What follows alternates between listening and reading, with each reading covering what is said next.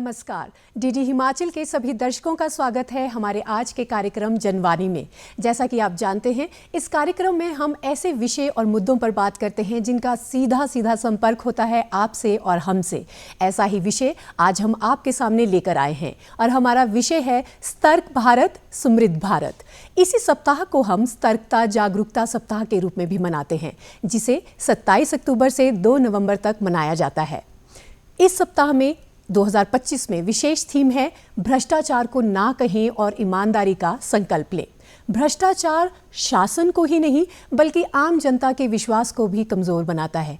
आइए हम सब मिलकर एक शपथ लें कि भ्रष्टाचार से मुक्त हिमाचल ही नहीं बल्कि राष्ट्र का भी सम्मान और निर्माण करेंगे। ईमानदारी का रास्ता अपनाएं, ईमानदारी को रोजमर्रा की आदत बनाएं, भ्रष्टाचार के खिलाफ शिकायत जरूर करें और अपनी आवाज बुलंद करें। इसी विषय पर आज हमसे बात करने के लिए कार्यक्रम में जुड़े हैं हमारे विशेष अतिथि, जिनका हम स्वागत करना चाहेंगे आईपीएस ऑफिसर मिस्टर विमल गुप्ता सर, जो कि पुलिस महानिरीक्षक राज्य सतर्कता एवं भ्रष्टाचार रोधी ब्यूरो में कार्यरत हैं। सर, आपका बहुत बहुत स्वागत है। धन्यवाद। सर, जैसे हम बात करते हैं सतर्कता और समृद्धता, इन दोनों का क्या संबंध है? क्या कहना चाहेंगे आप इस बारे में? कोई भी समृद्धि बिना सतर्कता के नहीं आ सकती जी। अगर राष्ट्र को समृद्ध होना है, राज्य को समृद्ध होना है, हमारे परिवार को समृद्ध होना है, तो हमें सतर्क रहना होगा जी। और हमें भ्रष्टाचार पर अंकुश लगाना पड़ेगा। जी सर। सर, आपको इस सर्विस देते हुए काफ़ी लंबा अरसा हो गया है और आपके काफ़ी डिफरेंट एक्सपीरियंसेस भी रहे होंगे। आप क्या कहना चाहेंगे, किस तरह के एक्सपीरियंस रहे आपके? मुझे पुलिस विभाग में तकरीबन 30 साल पूरे होने को हैं। कई तरह के एक्सपीरियंस हुए हैं। जी सर। सतर्कता विभाग में मेरा ये दूसरा टेन्योर है। तो इस विभाग में आकर यही हमने महसूस किया कि अगर राष्ट्र को समृद्ध करना है, देश को तरक्की की ओर ले जाना है, तो भ्रष्टाचार एक बहुत बड़ा मुद्दा है जिस पर अंकुश लगाया जाना बहुत ज़रूरी है और इसमें सबको मिलकर कार्य करना पड़ेगा। जी सर, जब हम ये सतर्कता जागरूकता सप्ताह की बात करते हैं, ये सप्ताह क्यों मनाया जाता है? ये क्यों सेलिब्रेट करते हैं हम? हर वर्ष की भांति इस वर्ष भी सतर्कता जागरूकता सप्ताह मनाया जा रहा है। जी।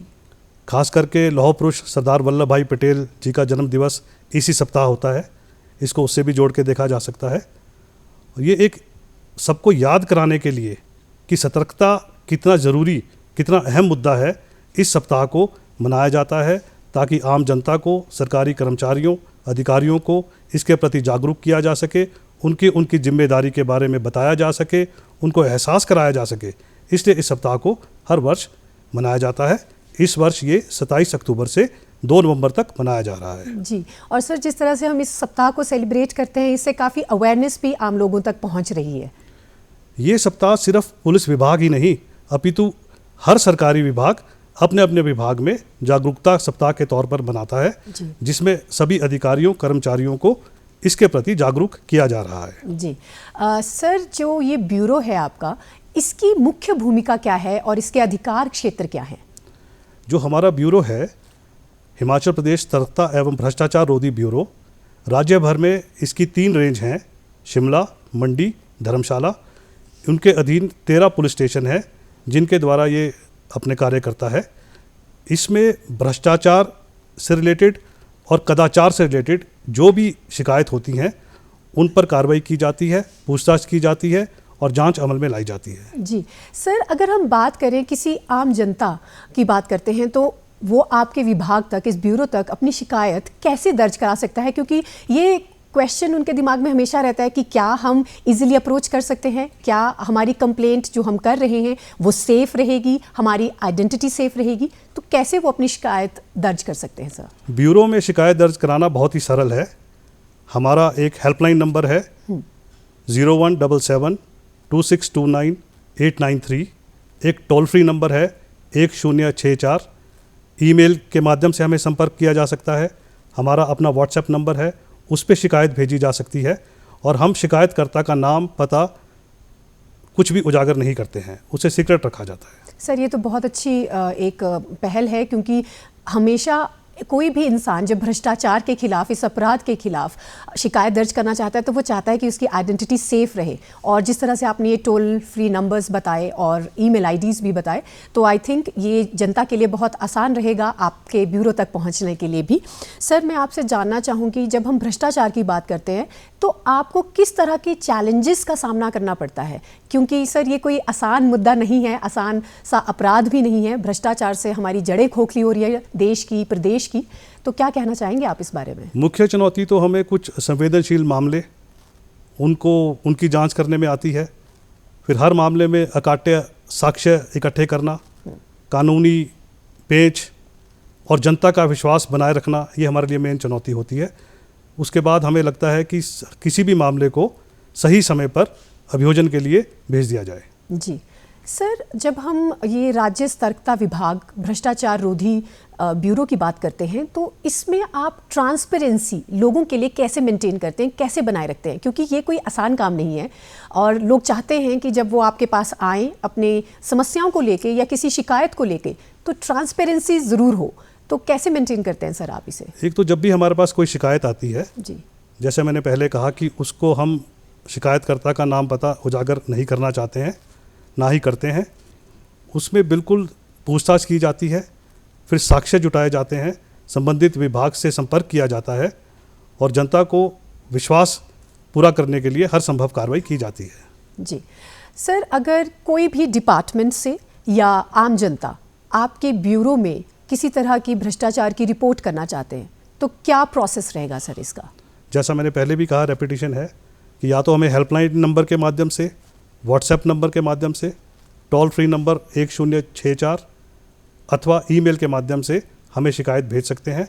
अगर कोई खुद आकर पर्सनली शिकायत देना चाहे उसका भी हमेशा स्वागत रहता है। जी सर, ये ब्यूरो, अगर हम बात कर रहे हैं, इतना महत्वपूर्ण ब्यूरो है, इतना महत्वपूर्ण आपका विभाग है, शासन पर इसका क्या प्रभाव पड़ता है? शासन पर इसका बहुत ज़्यादा प्रभाव पड़ता है। जनता में पारदर्शिता नज़र आती है, लोगों में विश्वास पैदा होता है, प्रशासन में एक सफाई की फीलिंग आती है और जनता के प्रति सभी अधिकारी और कर्मचारियों की जवाबदेही सुनिश्चित होती है। जी सर, हम अपने हिमाचल प्रदेश की जब बात करते हैं, हम इसे एक शांतिपूर्ण राज्य मानते हैं। यहाँ पर भ्रष्टाचार अपराध की कितनी बढ़ोतरी हो रही है या वर्तमान में इसकी क्या स्थिति है? यहाँ पर कोई बहुत ज़्यादा बढ़ोतरी इस प्रकार से नहीं है। एक देवभूमि है, शांतिप्रिय प्रदेश है, परंतु अभी हाल ही में हमें जो शिकायतें प्राप्त हो रही हैं उसमें शिकायतकर्ता की या आम जनता की सजगता देखने को मिल रही है।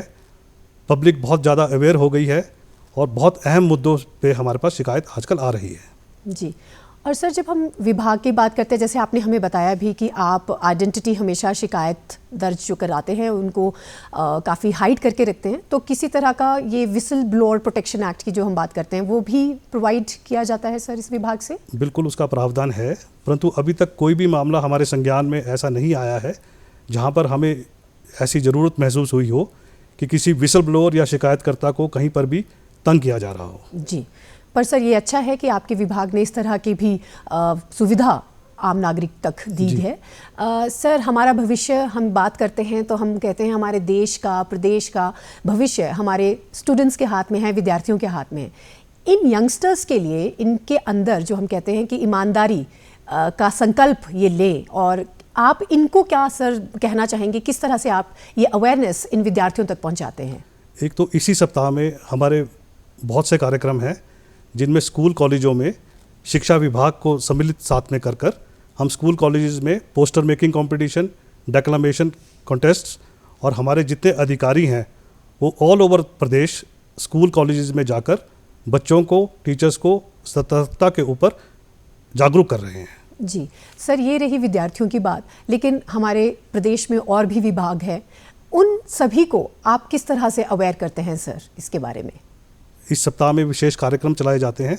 जैसे इसी सप्ताह हमारा जो हर डिपार्टमेंट में एक्स ऑफिशियो विजिलेंस ऑफिसर्स होते हैं, इनके साथ हमने एक कॉन्फ्रेंस प्लान की है जिसमें हम इन्हीं विषयों पर चर्चा करेंगे, उनकी समस्याएं सुनेंगे, हमारी क्या ज़रूरतें हैं उनको बताई जाएंगी। दूसरा मेरा तो सभी से ये आग्रह है कि इसको, सतर्कता को बिल्कुल एक सीरियस इशू समझकर सबको काम करना चाहिए।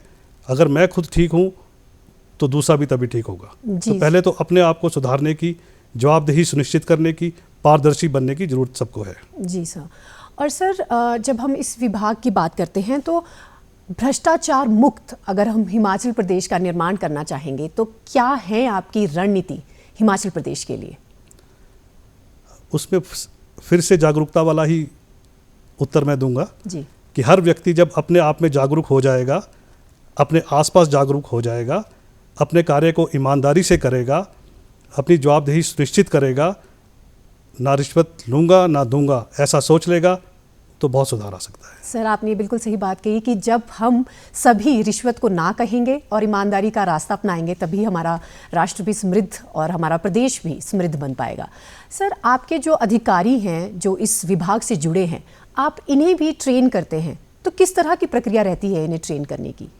ज़्यादातर हमारे जो अधिकारी और कर्मचारी हैं इनको हम भ्रष्टाचार निवारण अधिनियम, भारतीय न्याय संहिता, उत्पाद शुल्क, बिक्री कर, वन्य एवं वन्यजीव अधिनियम, इस प्रकार के कानूनों का प्रशिक्षण दिया जाता है और प्रैक्टिकल क्लासेस भी लगाई जाती हैं कि कैसे एक केस को इन्वेस्टिगेट करना है, कहीं रेड करनी है तो कैसे रेड की जाती है, इस प्रकार इनको प्रशिक्षित किया जाता है। सर कभी आपको इस तरह से लगा कि किसी ने आपके पास कंप्लेंट की हो लेकिन वो कोई फॉल्स कंप्लेंट निकली हो बाद में, या वो एक तरह से शिकायत बिल्कुल भी जायज़ नहीं है, इस तरह के भी कुछ केसेस आपके पास आते हैं सर?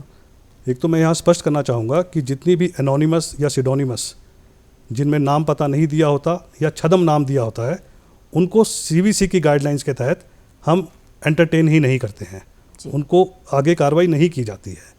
परंतु उसके अलावा कुछ कंप्लेंट्स ऐसी आती हैं, शिकायत ऐसी होती हैं जो बाद में झूठी भी पाई जाती हैं। जी, तो सर ये मिली जुली सी कंप्लेंट्स हमेशा रहती हैं, हम ये नहीं कह सकते कि हमेशा एक जायज़ ही शिकायत आपके पास आएगी, लेकिन हमें ध्यान रखना चाहिए कि हम एक जायज़ शिकायत लेके ही आपके विभाग तक पहुँचे।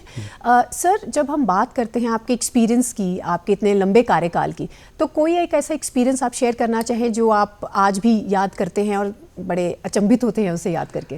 अभी मैं सतर्कता विभाग में हूँ तो मेरे लिए उचित ना होगा कि मैं कोई ऐसा एक्सपीरियंस या केस के बारे में यहाँ डिस्कस करूँ। जी जी। सर आपने ये विभाग चुना, आप आईपीएस ऑफिसर बने, इसके पीछे क्या मोटिव रहा? किसने आपको मोटिवेट किया कि आप इस विभाग से जुड़े या इस पुलिस लाइन में ही आगे बढ़े?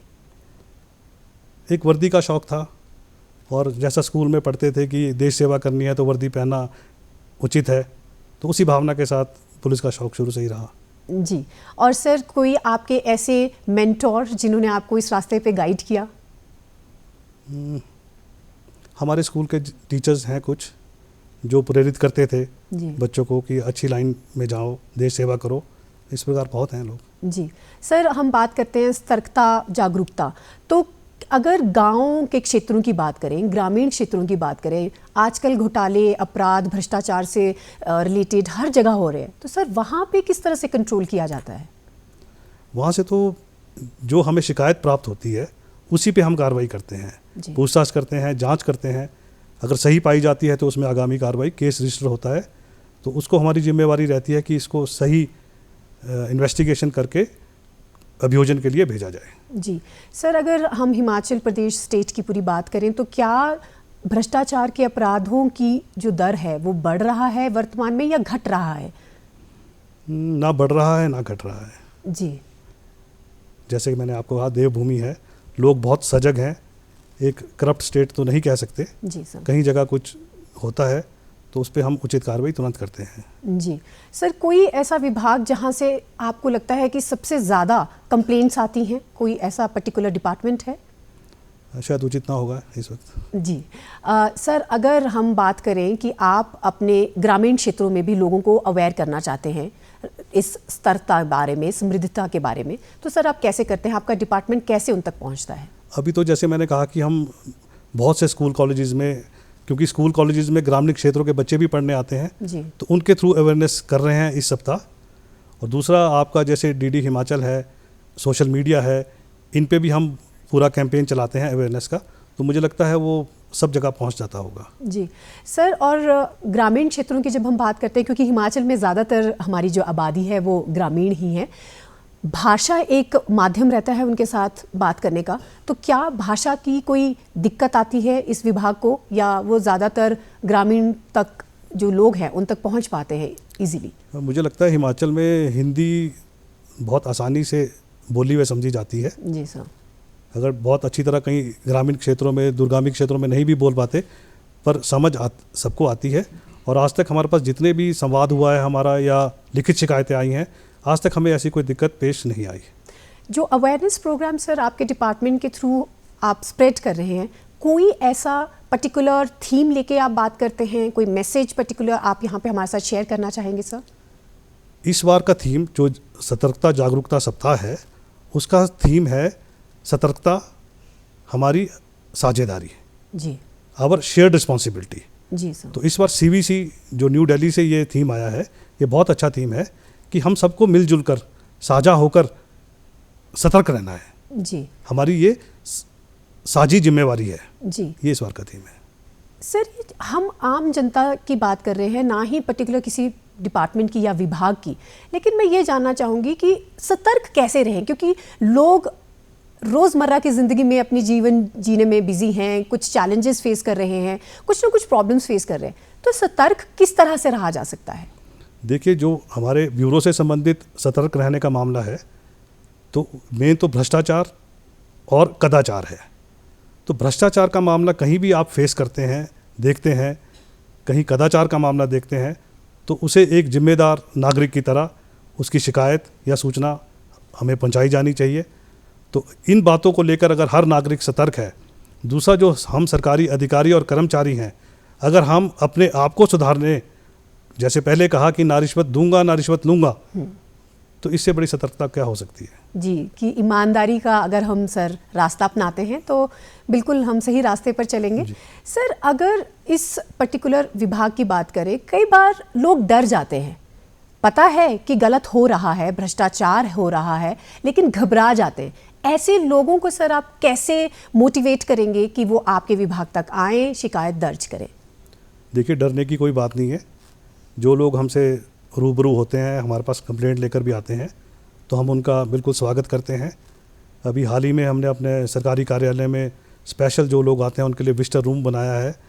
उनको बिल्कुल प्यार से बात की जाती है, उनका पूरा बात सुनी जाती है, उनका सहयोग किया जाता है, और उनका नाम अगर वो ना चाहें तो हम बिल्कुल उजागर नहीं करते हैं। जी सर, तो सर घबराने की ज़रूरत नहीं है, और वो अपना कंप्लेंट लेके आपके पास इजीली पहुंच सकते हैं।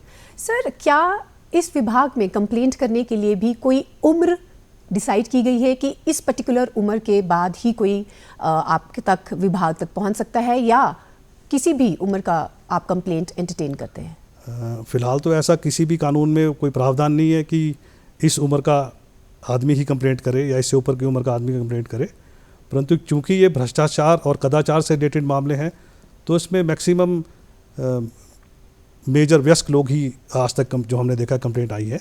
किसी अवयस्क की कंप्लेंट आज तक मेरी नॉलेज में नहीं आई। जी सर। और सर, जब कंप्लेंट की जाती है इस विभाग में, तो क्या जैसे फ़ोन कॉल के थ्रू हो रहा है, हेल्पलाइन नंबर के थ्रू है, आप उन कॉल्स को भी उतना ही सीरियसली लेंगे जिस तरह से कोई रिटन कंप्लेंट करेगा? और अगर रिटन कंप्लेंट कोई कर रहा है तो क्या उनको कुछ एविडेंसेस आपके सामने देने पड़ेंगे, या आपका ब्यूरो ही खुद जांच करेगा हर चीज़ की? जो कंप्लेंट हमारे पास हेल्पलाइन नंबर, ईमेल के माध्यम से या टोल फ्री नंबर से आती है, तो उसमें त्वरित कार्रवाई होती है। जी। एक आदमी रिटर्न कंप्लेंट को भेजता है, पहुंचने में कई बार टाइम लग जाता है, तो दोनों में कार्रवाई में शीघ्रता में कोई डिफरेंस नहीं है।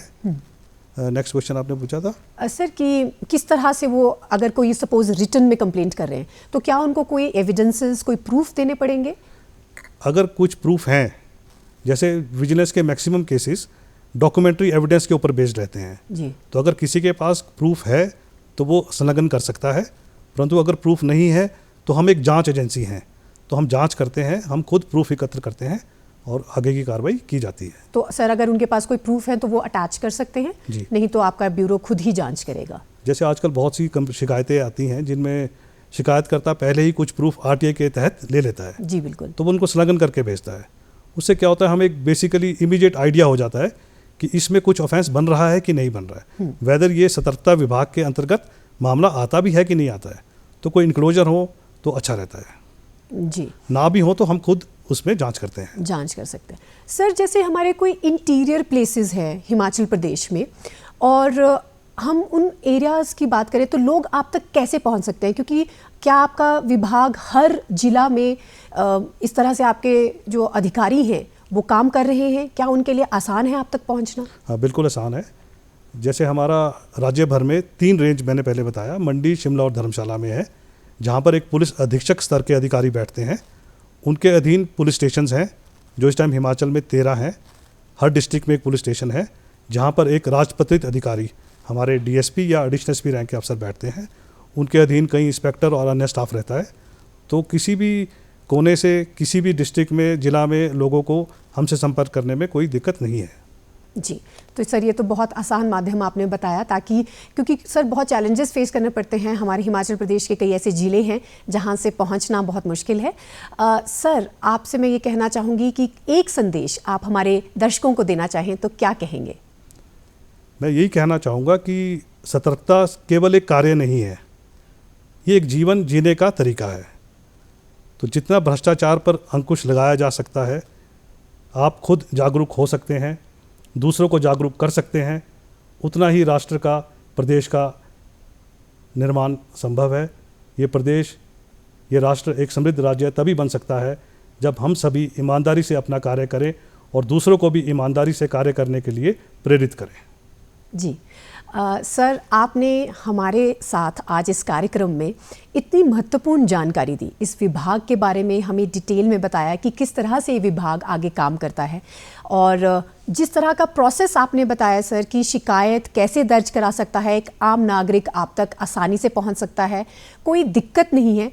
और इन सभी जानकारियों के लिए आपका बहुत बहुत धन्यवाद कहना चाहेंगे। सर, आप चलते चलते कोई बात कहना चाहें जिससे हमारे दर्शक आपसे दोबारा जुड़े? मैं यही कहना चाहूँगा कि आप फील फ्री होकर, कोई भी समस्या हो, कोई शिकायत हो, बिना घबराहट के, बिना डर के हमसे संपर्क करें। पर्सन में संपर्क करें अथवा हमें जो माध्यम बताए हैं उनके द्वारा आप हम तक पहुँच सकते हैं। आपका हमेशा स्वागत है। जी सर, ये बहुत अच्छी पहल है आपके विभाग की तरफ से कि एक फ़ोन नंबर के थ्रू भी, एक सिंपल से टोल फ्री नंबर से भी, और यहाँ तक कि एक मेल के थ्रू भी आप तक इजीली पहुँचा जा सकता है। इन सभी सुविधाओं के लिए हम आपके बहुत बहुत आभारी हैं। आपने ये महत्वपूर्ण जानकारी हमें दी, इसके लिए आपका बहुत बहुत धन्यवाद सर। धन्यवाद दीपिका। हम अपने दर्शकों से भी ये आग्रह करना चाहेंगे कि आप ईमानदारी का रास्ता अपनाएं, भ्रष्टाचार से लड़ें, अपनी आवाज़ उठाएं और ईमानदारी के रास्ते पर आगे बढ़ें। तभी हमारा हिमाचल प्रदेश और भारत भी भ्रष्टाचार मुक्त बन सकेगा और एक समृद्ध भारत बन सकेगा। आपसे फिर मुलाकात होगी, तब तक के लिए धन्यवाद।